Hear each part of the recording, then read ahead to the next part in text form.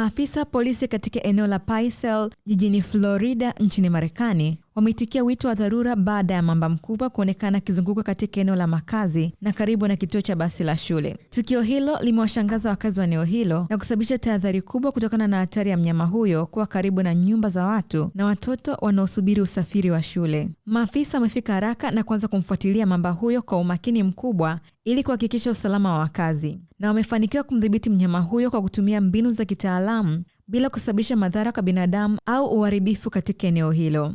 Baada ya kumdhibiti, maafisa walimkamata na kumfunga kwa uangalifu ili kumzuia asidhuru mtu yoyote. Kisha wakamhamisha kutoka eneo la makazi, na hatua hiyo ilifanyika kwa ushirikiano na kuhakikisha mazingira yanabaki salama kwa wakazi wa eneo hilo.